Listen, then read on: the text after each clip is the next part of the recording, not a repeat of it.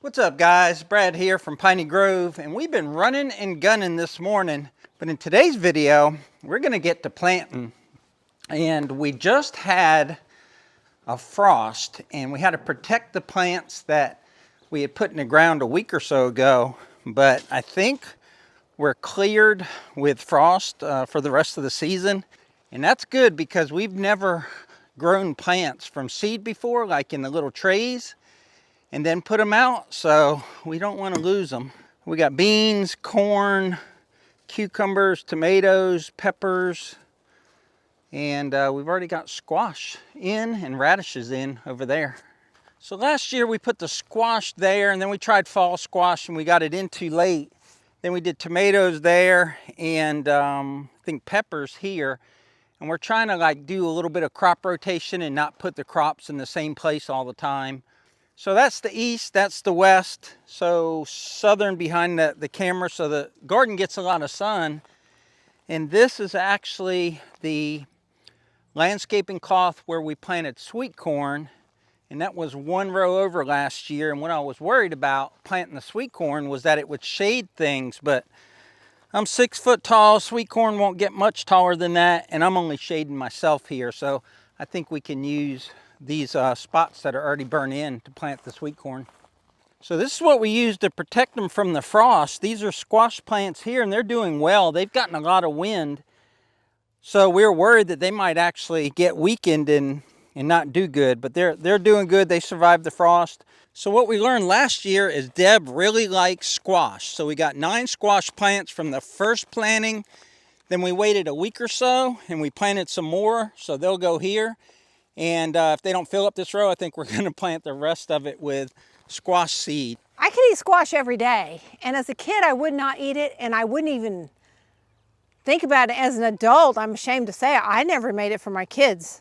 So I don't even know if they like squash, but last year I found a recipe for summer squash, and it's quick and it's easy and I love it, and I genuinely could eat it as a meal, just as a meal. I've woken up in the middle of the night and thought, I think I want me some squash. So weird. Another thing we learned last year, besides that Deb likes squash, is that we really like fresh green beans. And we had 3 or 4 plants and we got some good meals from them, but it wasn't enough. So we've got a lot more green beans this year and also a lot more cucumbers.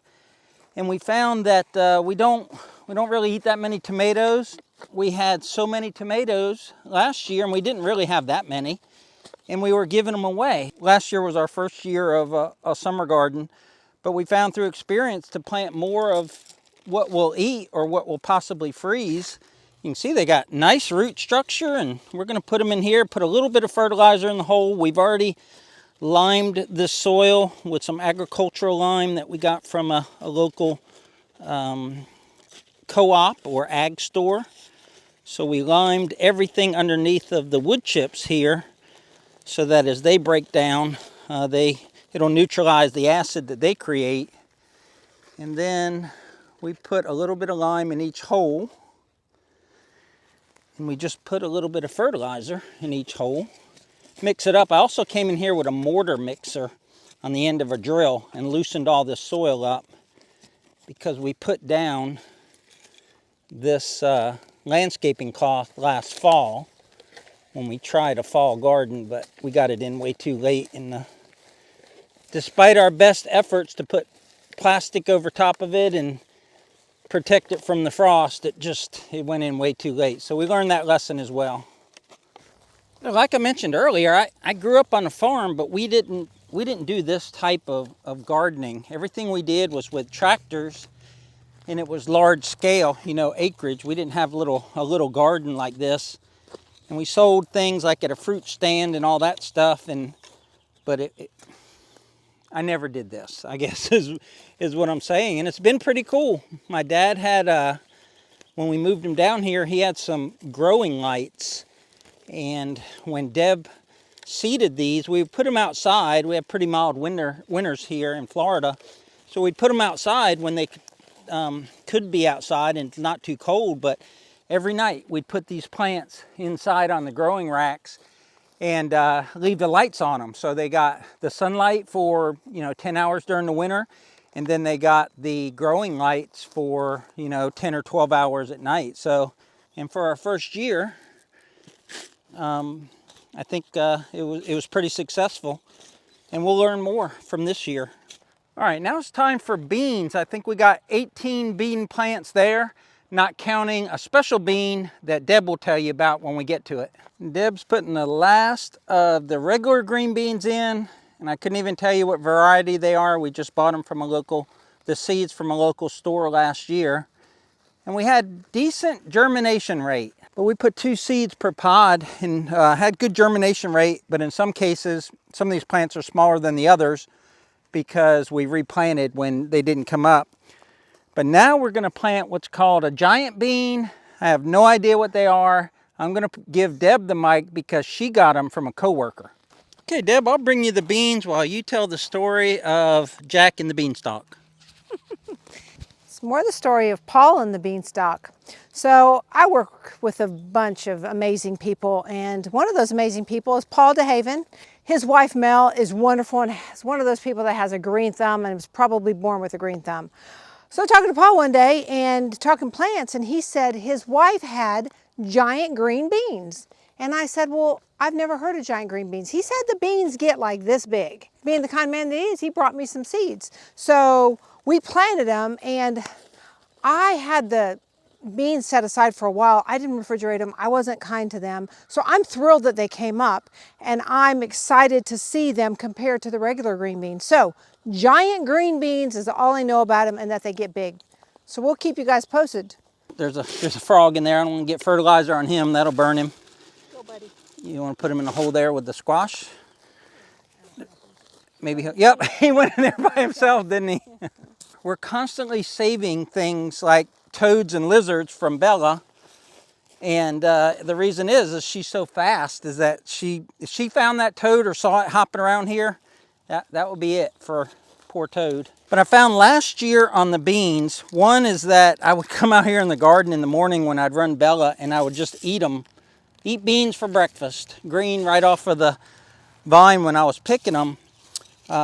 We also found we didn't plant enough of them, and we found that a lot of our stuff out here, I don't know if it's because we're on a little bit of a hill coming up from that slope across that whole pasture, but just our normal winds would blow over some of our plants. So our beans would be laying on their side. So I staked them afterwards to stand them up vertical. So once these get their roots established a little bit more, I'll come in here and put a stake next to everything. I might even stake the squash because they blew over too a little bit. So we definitely are in learning mode. Like I said, second year of gardening. We've learned that landscaping cloth keeps down on the weeds a lot. So we love doing this, even though it's an extra step. It just saves us so much work throughout the summer and keeps our garden a lot cleaner. Also with the wood chips, not only are they decomposing every year and enriching our soil, but if you go, like they're real crunchy and dry right now, but if you dig down under those wood chips, all the soil is nice and moist there. So it's helping retain moisture, and eventually will become one with the soil. And because they're such a nitrogen hog as they decompose, there's a thick layer of lime underneath these wood chips. So these will kind of decompose and sink down into that lime. So we should have, going forward, every year better and better soil, because this is the second year of wood chips. We're going to get some manure and mix it with some leaves and some wood chips and everything, and start a compost pile for the future. So we're doing all those things just to make the ground grow things better. All right, I've been talking this whole time. Deb's been planting. She's up to her last giant green bean. Okay, so we got 3 slots left, and as luck would have it, we had only 3 pepper plants, so it's going to work out really well.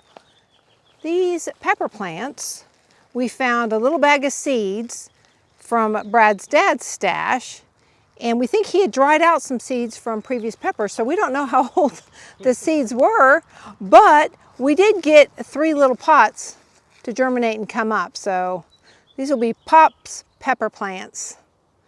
We don't eat a lot of peppers. Everything last year was kind of an experiment to see if we could grow it and see if we would eat it. So like Brad said, now we're we're catering to what we know we'll like, what we know we'll eat. We'll still have excess, but it's fun to share. So it's going pretty fast. Love the look of the wood chips. Not crazy about how they feel on your knees, but love the look of the wood chips. It's awesome though that we grew all this from seed. And last year, like Brad said, we planted from plants, and that's cool too. But there's something satisfying about planting from seed, especially when it does well.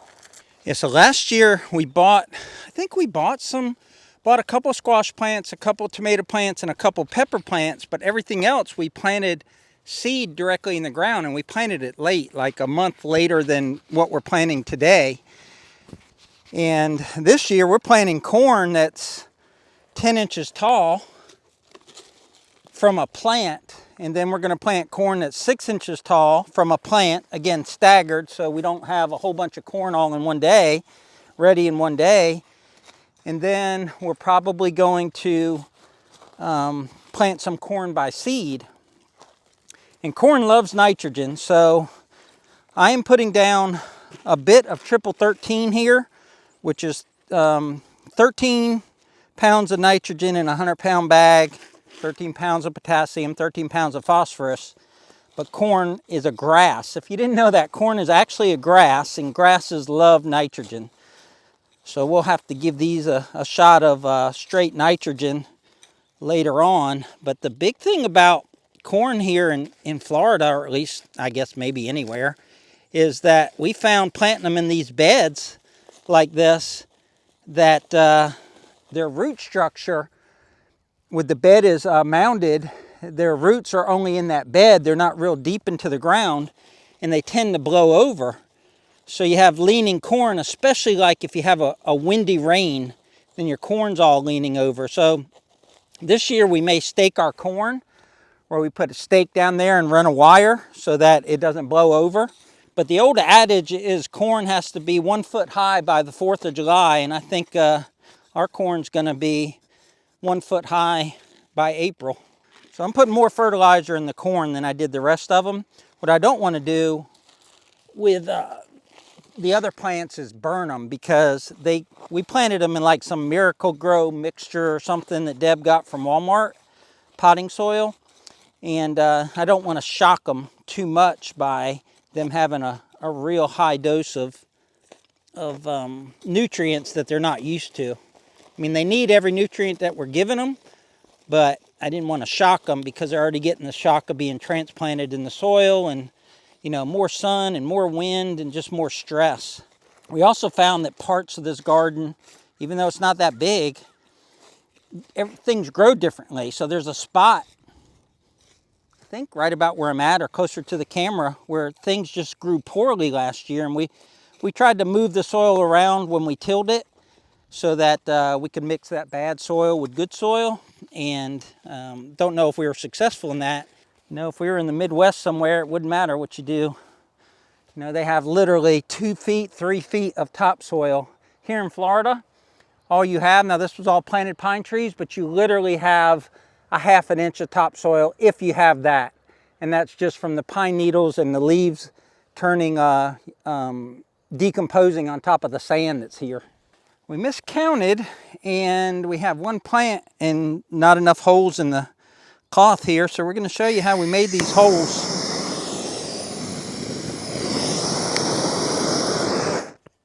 I don't know if Deb got it. That was kind of quick, but you just burn it and it singes the edges.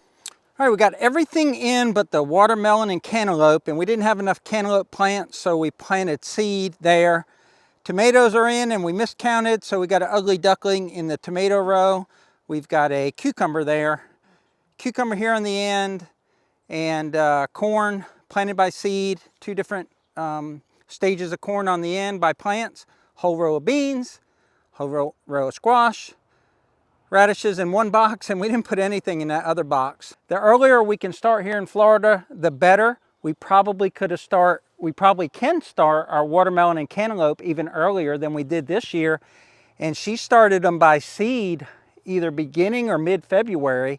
So they've been growing for 6 weeks or more. So maybe they need 8 weeks or so that they're 6 or 8 inches tall instead of 2 or 3 inches tall. Alrighty, last row, cantaloupe and then watermelon.